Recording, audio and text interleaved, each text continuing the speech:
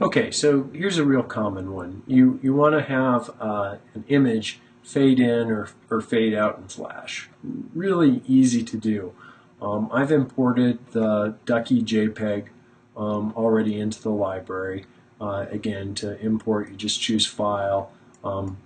Sorry, I'm in the wrong application. Flash, choose File, Import, and you can bring it into the library or stage. So I'm going to drag Ducky out. And you'll notice that if we go into properties, I don't have any ability to do opacity changes here. But if I have Ducky selected and go under modify and choose convert to symbol and turn this into a movie clip,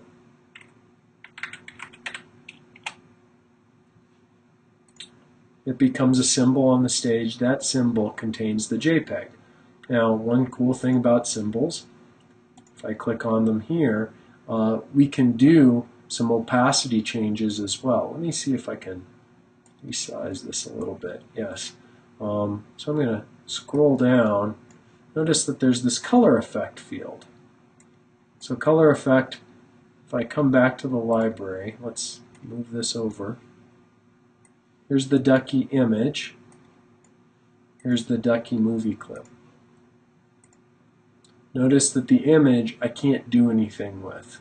It's got its position and size, but I can't do any color effects. Movie clip I can. Right? So I've converted it to a movie clip. I'm going to come in and create a motion tween. So again, either control click or right click and just choose create motion tween. And I'm going to fade Ducky out. I'm going to have Ducky fade in. Okay, so what we'll do is right on layer 1, right at frame 1. I'm going to click on the duck. This is another thing that gets people lost. You'll have this selected. You'll come up and you'll say, well, where'd those color effects go? You have to click on the movie clip for it to show up. So I have the movie clip now selected. Come down under color effects. I'm going to choose Style, Alpha, and it sets it to 0. Now if I come over to the end of this tween, click on it, come down and choose Style, Alpha, and crank this back up to 100, I've now animated a fade in. So real easy. So you just bring in a pixel-based graphic. Actually, you could do this with anything. Just turn it into a movie clip, and then once it's a movie clip, you can animate that alpha.